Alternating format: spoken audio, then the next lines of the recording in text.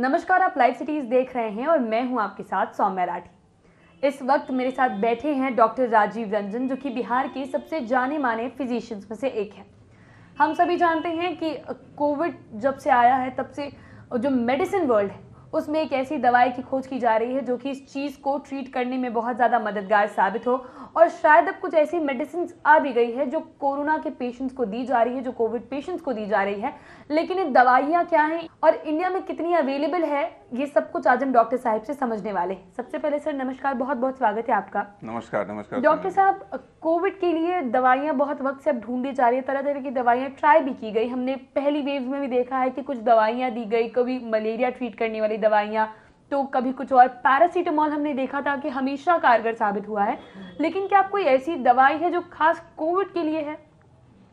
ऐसा समय जी कि सेकेंड वेव में आपने देखा होगा कि जिस तरह से दवाइयों के प्रति लोगों का रुझान बढ़ा। रुझान कहने का मतलब कि कोई रिकमेंडेशन कुछ आया, उसके पीछे लोग पागल से हो गए, कालाबाजारी शुरू हो गई, और ऐसे ऐसे दवाइयों की कालाबाजारी हुई जैसे फ्लेफिविराविर है, चाहे रेमडेसिविर है, ये क्लोरोक्विन है, ये सब जितनी दवाइयाँ जो आपने गए, तो ये सब में ऐसी आपाधापी शुरू हुई दुकानों में कि दुकान वाले भी, ब्लैक मार्केटियर भी इसको अपना धंधा बना लिए।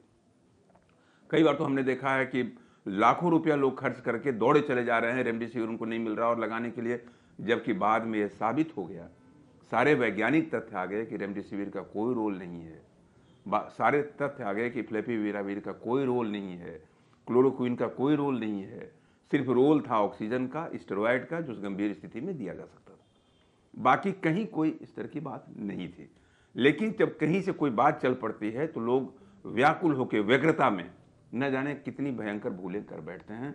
वैज्ञानिक जगत में भी अनुसंधान चल रहा है, लेकिन खुशकिस्मती से अभी 2 दवाइयों का ट्रायल जो आया है वो एक सिल्वर लाइनिंग जैसा है। सिल्वर लाइनिंग का मतलब कहीं भी दूर अंधेरे में एक हल्की सी रश्मि की छिटकती दिखाई दे रही है, किरण दिखाई दे रही है।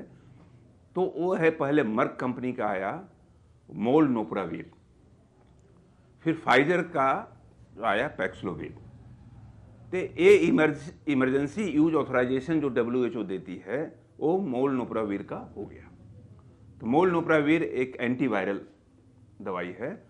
इसमें आया कि अगर आपका ऑक्सीजन लेवल कम हो रहा है, आप गंभीर मरीज हैं और अस्पताल में भर्ती होने के कगार पे हैं, 93% ऑक्सीजन आपका पहुंच गया है, 94 के नीचे है, ऑक्सीजन धीरे धीरे नीचे जा रहा है, वो इनिशियल शुरू के 5 दिनों के अंदर ही अगर आप ये दवाई का सेवन कर लेते हैं, 5 दिन का डोज है, वो आपको 4 टैबलेट, मतलब एक टैबलेट 200 मिलीग्राम का है, 4 टैबलेट सवेरे, 4 टैबलेट शाम, 5 दिन का कोर्स कर लेते हैं, तो 95% चांस है कि आप अस्पताल जाने से बच जाएंगे। यानी गंभीरता के दरवाजे पर, जो गंभीर का दरवाजा, जो मौत का दरवाजा जो होता है, कई लोग घबराते हैं कि अस्पताल जाने का मतलब वो मौत का दरवाजा ही है, जहाँ हो सकता है कि उसमें आप चले जाएं, तो उसको दस्तक देने से ये दवाई रोक देता है।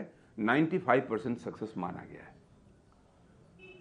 पैक्सलोविड का, फाइजर का ये है, इसका थोड़ा कम है। लेकिन आज एक अच्छे संजोग से इमरजेंसी यूज ऑथराइजेशन जब हुआ तो भारतवर्ष में भी 4-5 कंपनी जी आ गई, और दाम बहुत ज़्यादा नहीं है, वो 2000 और 3000 के बीच में, कुछ कुछ कंपनी तो 1500 से 2000 के बीच में भी रख रही है पूरे कोर्स का।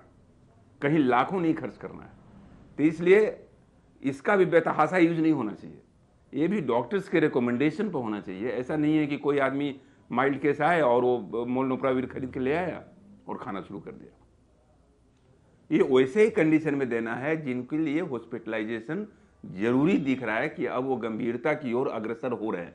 जैसे ही गंभीरता की ओर कदम बढ़ेगा, ये दवाई आपके काम आएगा।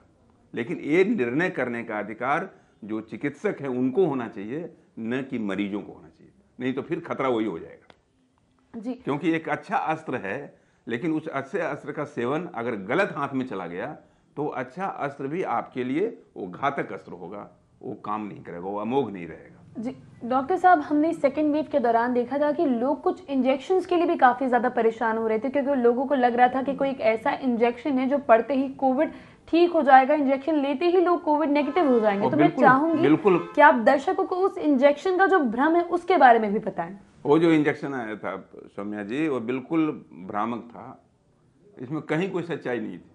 जैसा कि मैं कहा कि सिर्फ ऑथेंटिसिटी सिर्फ 2 ही चीज़ का बच गया, वो है ऑक्सीजन सप्लीमेंटेशन और स्टेरॉयड। स्टेरॉयड भी एडवांस स्टेज में बहुत सारे लोग शुरू में स्टेरॉयड झोंकना शुरू कर दिए, खुद डॉक्टरी शुरू कर दिए, उसका वजह से देखिए कि कितने घातक परिणाम हुए। डायबिटीज हुआ, स्टेरॉयड इंड्यूस जितने भी दुष्परिणाम हो सकते थे सब झेलने पड़ रहे हैं। फ्रेश ऑनसेट डायबिटीज इतना ज़्यादा बढ़ गया डेल्टा वेव के बाद कि आप उसकी कल्पना नहीं कर सकते हैं। जो डायबिटीज मरीज जो ऑलरेडी कंट्रोल चल रहे थे, उसमें कई दवाइयों के बाद भी जो डायबिटीज उनका बिल्कुल अनकंट्रोल हो गया, गाड़ी पटरी से नीचे उतर गई। ये सिर्फ हुआ स्टेरॉयड के गलत इस्तेमाल से। तो इसलिए कोई इंजेक्शन वगैरह कहीं कोई वो सब आईवाज था, कहीं कुछ नहीं था। वैज्ञानिक धरातल पर अब यह साबित हो चुका है कि उसकी कोई अहमियत नहीं है, कोई उपादेयता नहीं है। सिर्फ ऑक्सीजन और एडवांस केसेस में स्टेरॉयड, यही लोगों के जान बचाएगा। लेकिन ये ओमिक्रॉन के लिए जब ये आया, उसके बाद से सारे वायरसेस के लिए ये जो दवाइयाँ अभी आई हैं, कुछ प्रोमिजिंग लग रहा है और शुरुआती इसके जो भी रिपोर्ट्स आ रहे हैं वो बड़े उत्साहवर्धक हैं। जी, उम्मीद करती हूँ कि डॉक्टर साहब ने जो सारी बातें बताई हैं आपने उन्हें ठीक तरीके से सुना और समझा होगा। और जैसा कि डॉक्टर साहब ने कहा कि दवाइयाँ भले ही आ गई है लेकिन ये गलत हाथों में ना पड़े, ये तो ज़रूरी है। लेकिन साथ ही साथ ये भी ज़रूरी है कि हम खुद से डॉक्टरगिरी ना दिखाने लगे और जब तक डॉक्टर्स प्रिस्क्राइब ना कर दें, इन दवाइयों का सेवन अपने मन मर्जी के मुताबिक बिल्कुल ना करें, नहीं तो जो दवाइयाँ आपकी जान बचाने के लिए है वो उल्टे परिणाम भी दे सकती है।